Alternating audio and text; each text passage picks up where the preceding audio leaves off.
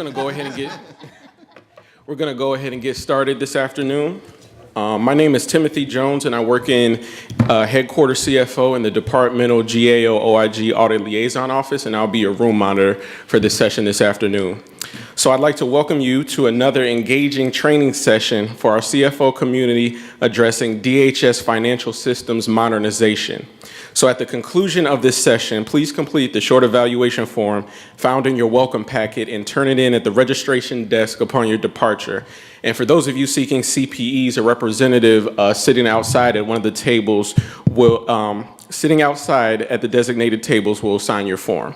So without any further ado, I'd like to bring up Ms. Lisa Taylor, who will introduce the rest of our panelists this afternoon. Good afternoon. I'm Lisa Taylor, and I want to welcome you to the Coalition for Success panel. I'm the Deputy Program Manager for the Financial System Modernization Joint Program Management Office, and it's my pleasure today to moderate this great panel of CXOs and executives. Today we will talk with some of these leaders who are part of our coalition, either going through or supporting the systems modernization process. They're going to share their unique perspectives with respect to financial systems modernization. We will leave room at the end for questions, so please hold all questions until the end. First, before I introduce, I have a question. How many of you in this audience are currently involved with DHS financial systems modernization? This is good. How many of you have been involved with a large-scale transformation project that impacted multiple organizations or multiple departments? So for all of you that raise your hands for both questions, you know it takes a really strong integrated team to make these type of initiatives successful. In the Management Directorate, it takes a very strong combined effort. First on our panel, we have Mr. Patrick Moore. He is the Acting Deputy Assistant Secretary for Enterprise Services. Mr. Moore oversees all aspects of mission support services, including human capital, budget, facilities management, and other administrative responsibilities. He is also responsible for ensuring that CWMD is in compliance with the requirements of the annual appropriations, financial management policies, and all regulations. CWMD was the first DHS component to migrate from the Coast Guard system to the new financial systems modernization solution back in 2016. CWMD has been in operations and maintenance since then, and as we continue to migrate both TSA and the Coast Guard to our solution. He will speak to his experience working with the Federal Shared Service Provider, which was at one time the Department of Interior's Interior Business Center, and how things have changed since we moved FSMS to a DHS data center, and we, FSM, took over the operations and maintenance of the solution. Please welcome Patrick Moore.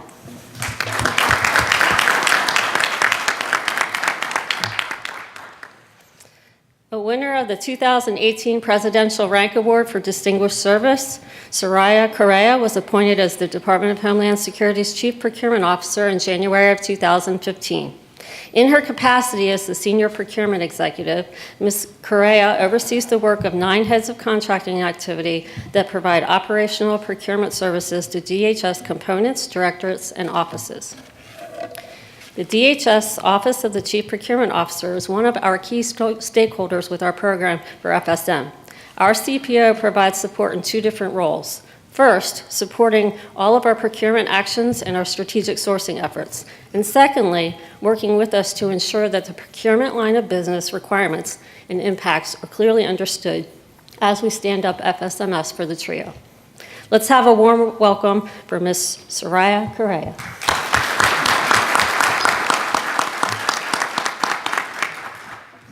Mr. Stephen Rice is the Deputy Chief Information Officer for DHS. Since January 20th, 2017, he has overseen the management, security, and sharing of DHS information technology. The Office of the Chief Information Officer is another key stakeholder and provides a liaison that works full-time for FSM, as there are many, many IT functional areas that need to be coordinated. These include security and ATO support, maintaining DHS OneNet, as well as the data center where FSM is housed.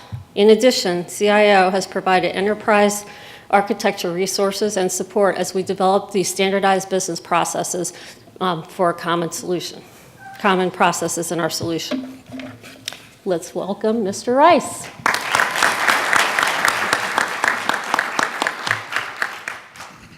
And Ms. Stacy Marcotte is the DHS Acting Chief Financial Officer. During her tenure, she impacted the direction of financial and accounting programs department-wide, providing advice on long and short-range financial planning and evaluation of program goals, as well as directing and managing oversight of financial management activities and operations for DHS. Ms. Marcotte joined the department in 2003 as the Deputy Director of Program Analysis and Evaluation, where she led many programmatic budgetary and financial management initiatives. She established and implemented the integration of the planning, programming, budgeting, and execution system, and oversaw the development of the first Future Years Homeland Security Program. The Acting Chief Financial Officer is the executive stakeholder for the FSM program. Please welcome Ms. Stacy Marcotte.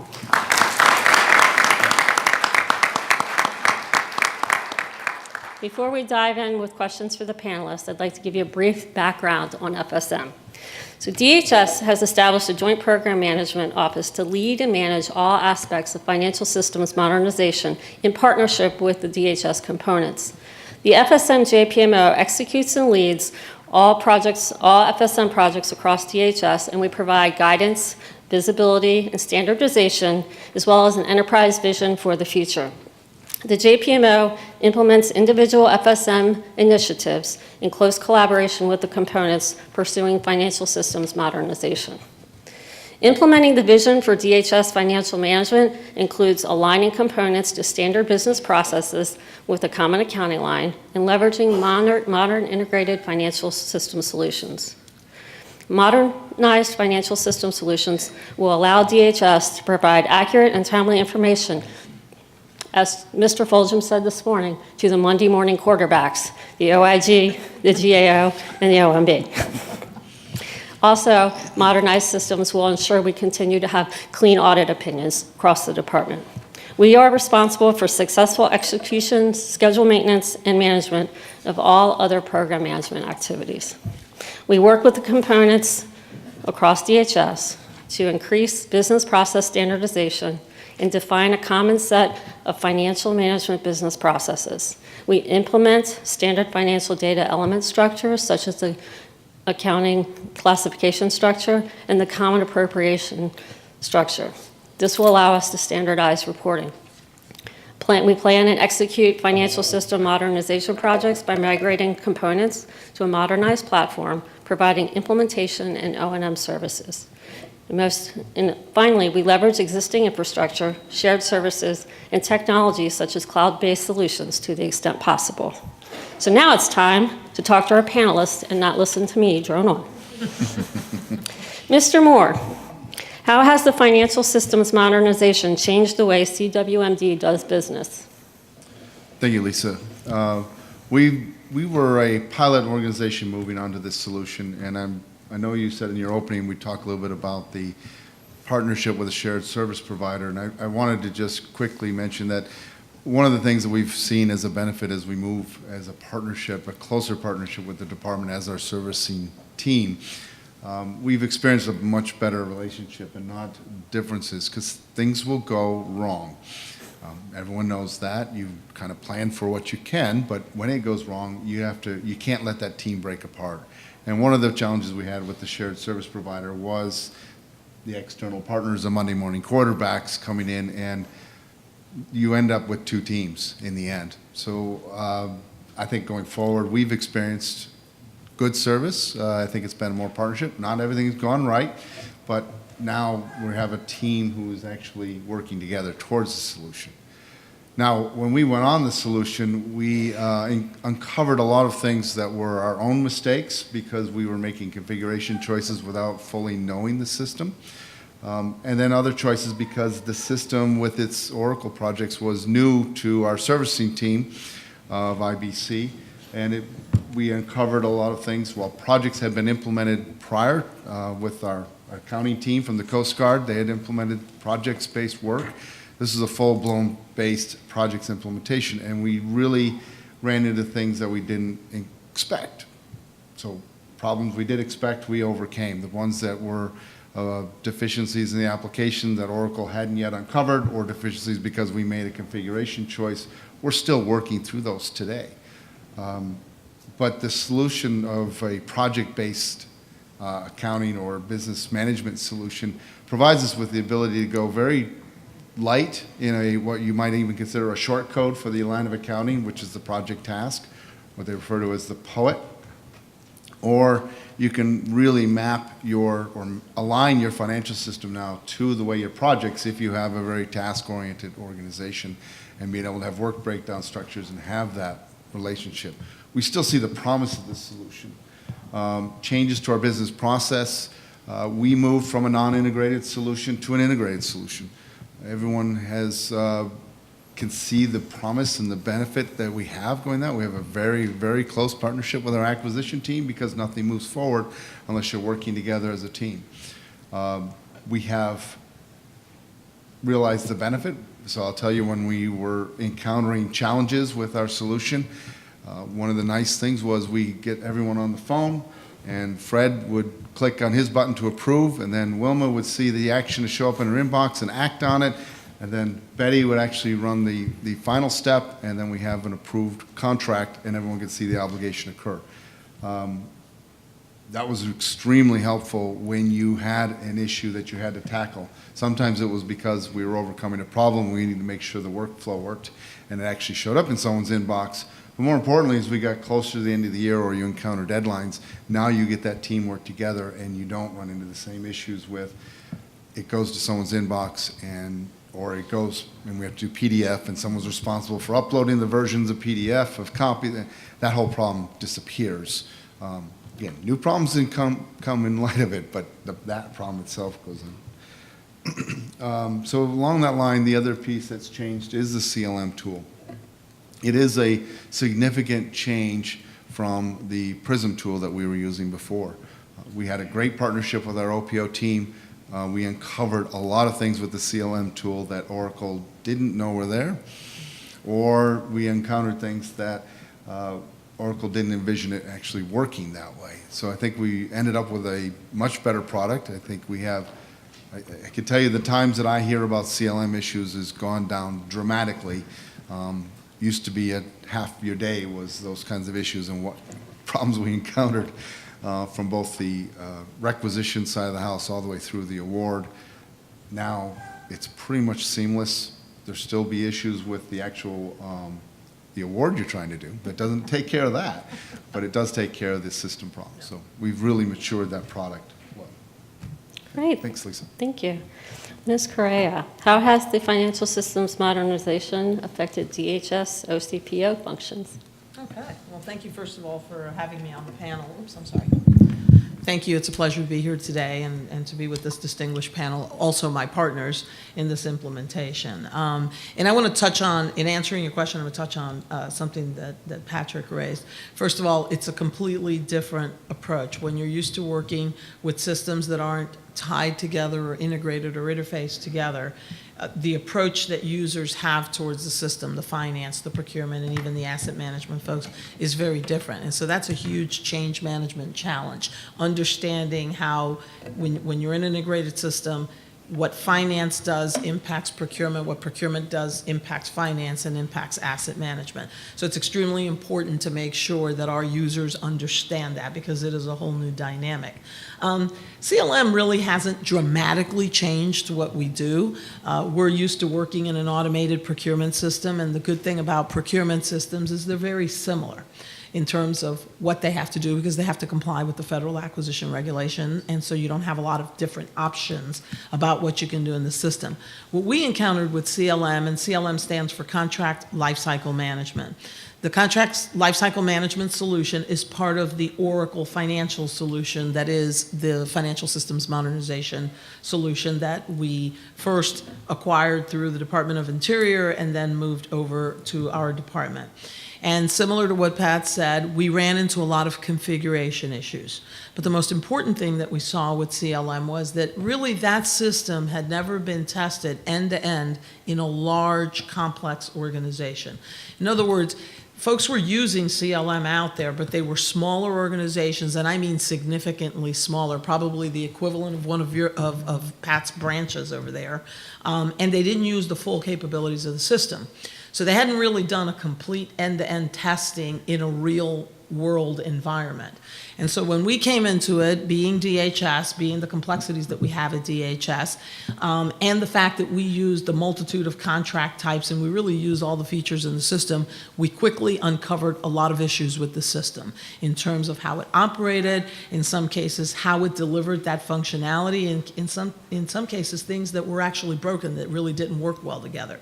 We also ran into configuration issues, how they configured the system, how they set up the workflow. So we ran into those types of issues. And so what we had to do was really bring in Oracle and help them understand why we were having issues with CLM. What were the issues we were encountering? And we put together a team of our contracting professionals working with the financial professionals, both at CWMD and across the finance organization, to help them understand our business processes. And that's the key thing. The developer has to understand the process flow, what our business processes are, what are the standards, and how we operate in the organization. And we had to understand the software. We had to learn the software, put our best experts, the people who are expert in PRISM were the very experts that we took out to look at CLM, to help them understand how we did our business and what our expectations were of the system.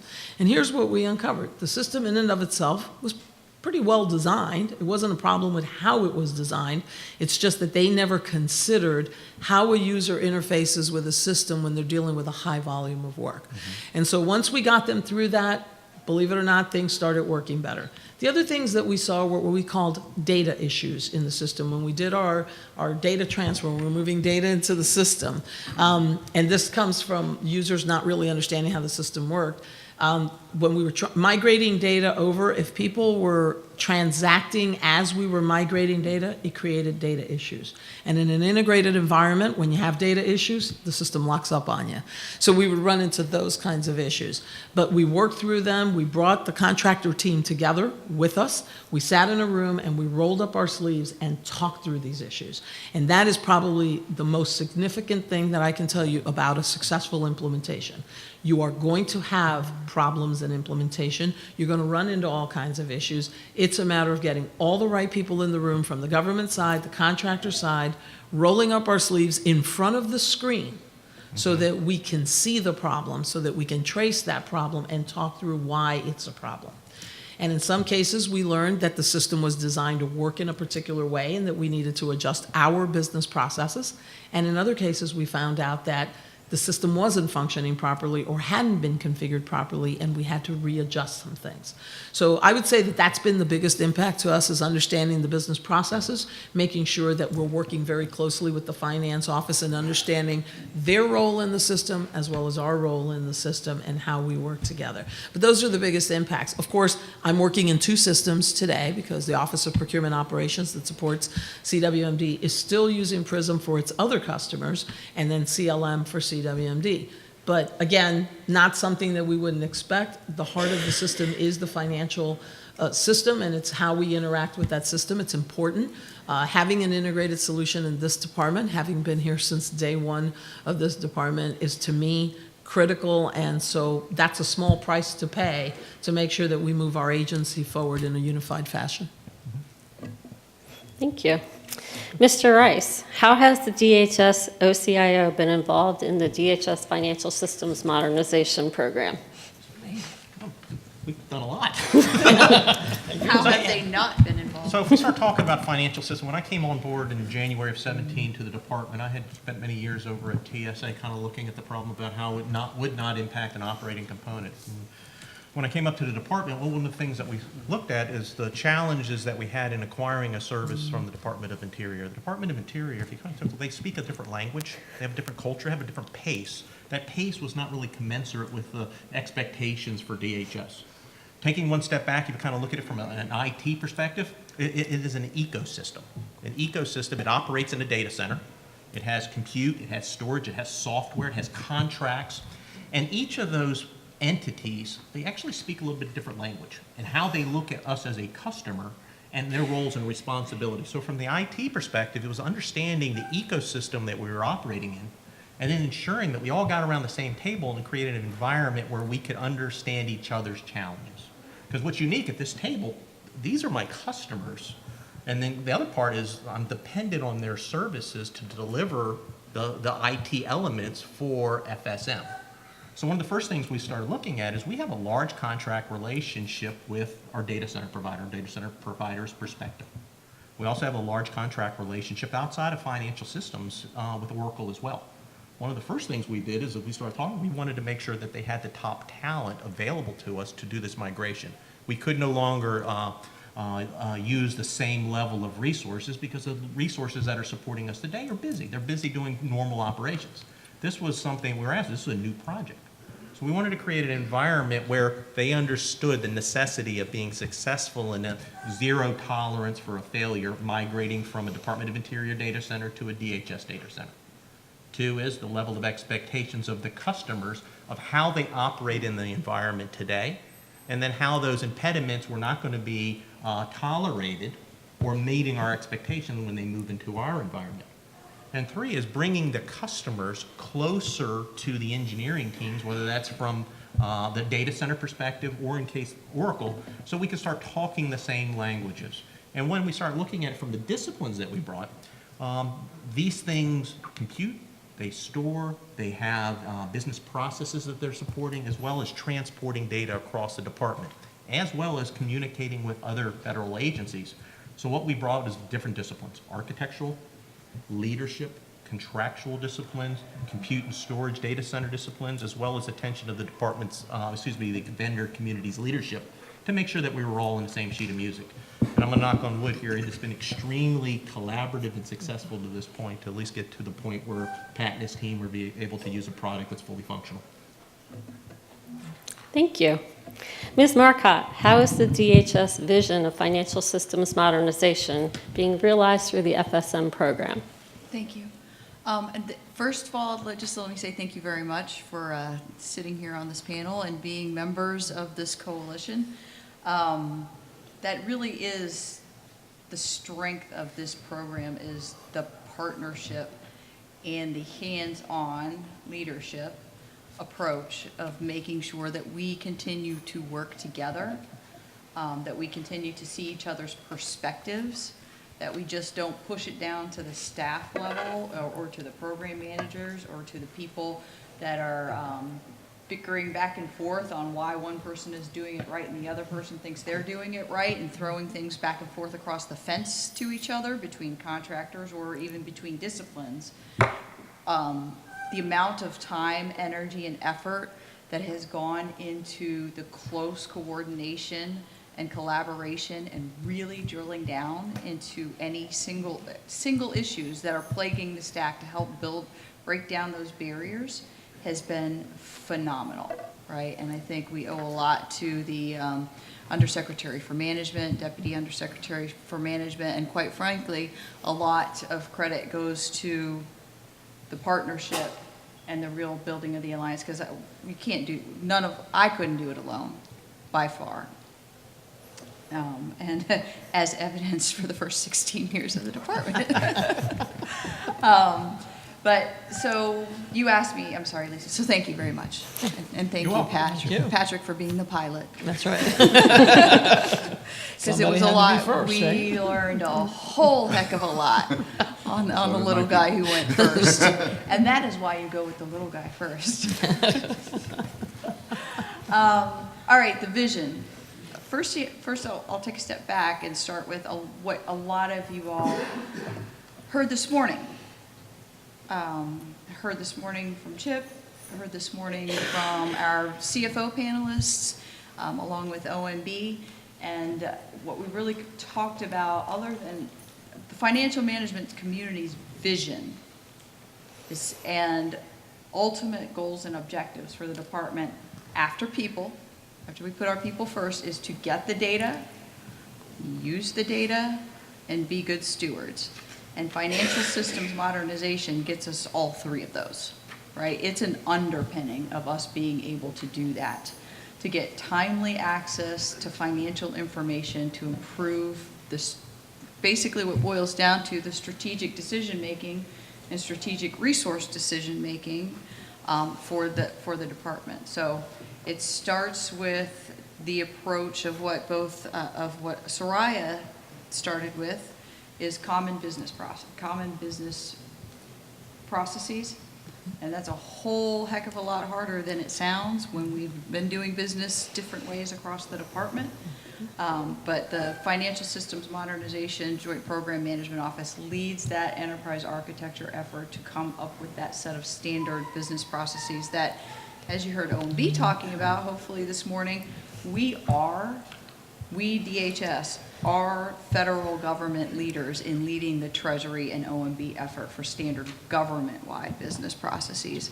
We've adopted what they've done already, and we've made it better, and we've taken it to the next level. So thank you to all of you out there in the audience who have very strong members who participate in mapping of the different business processes.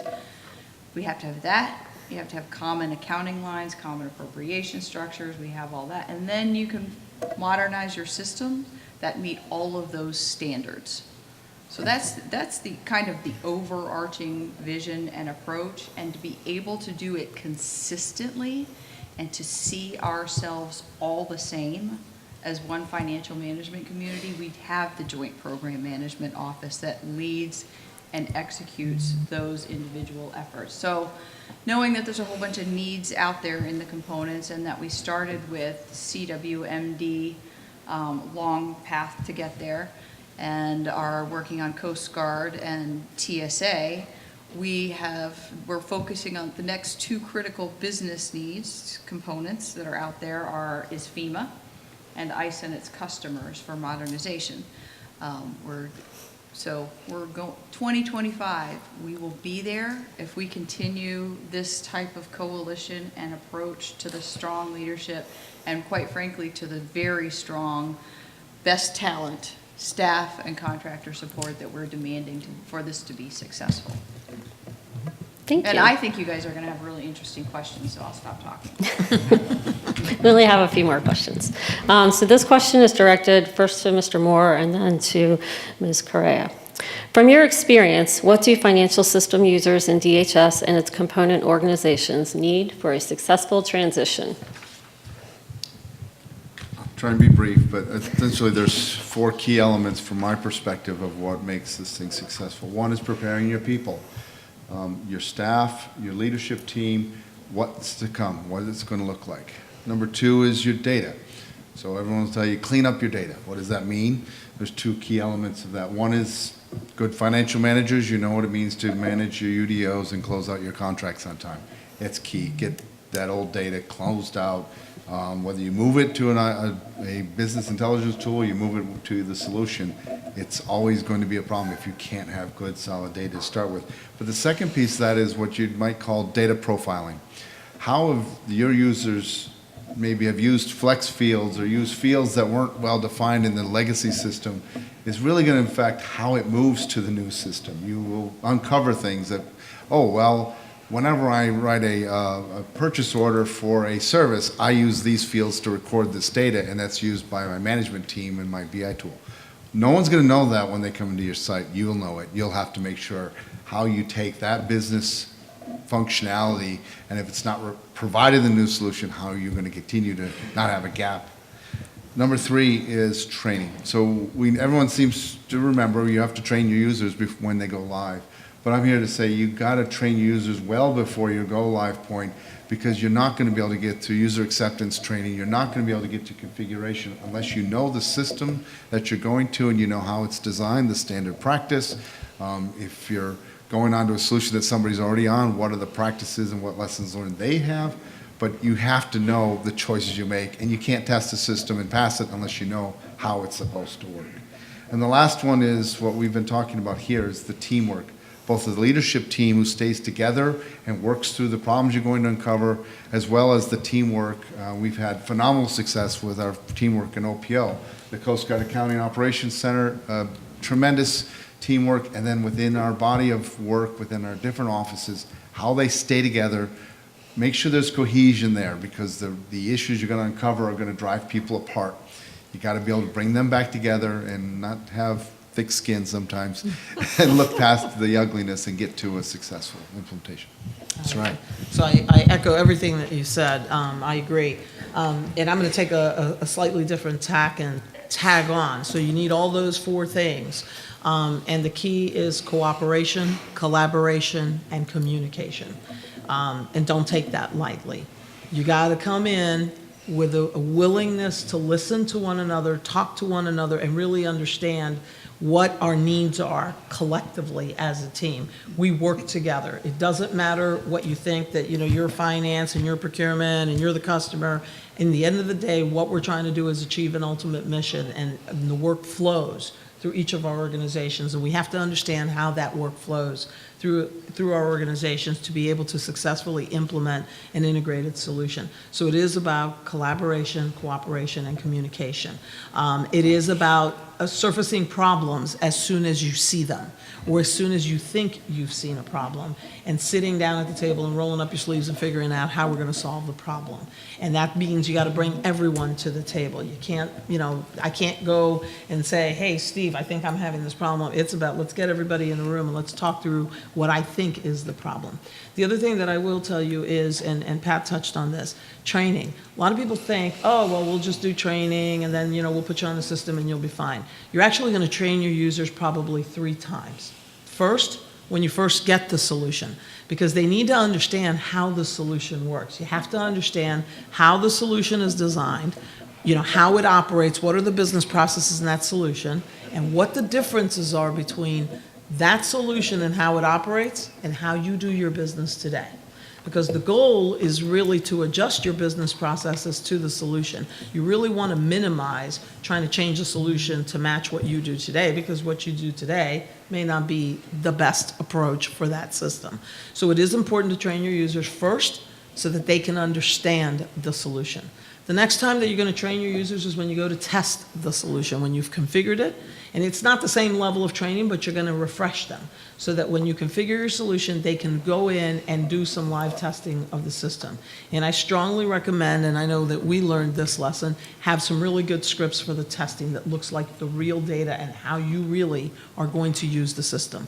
And you want to use real users, not professional testers, people that really bang on the keys every single day. That's the way I like to describe it. And then the third time you're going to test your users, or train your users, is when they get ready to go live. Just before they go live, you want to run them through, again, a refresher testing, because they need to now understand how the system has changed based on all the steps that they've gone through and how they're really going to interact with that system. So I do emphasize the training. The other thing is the support that you give them after they go live. Those first few months that users are using the system, it's new, it's different. So they're going to encounter issues. And if you want early adoption of that system, if you want people to be comfortable, then you have to put the resources on the ground to answer questions quickly. Because here's one thing that I know about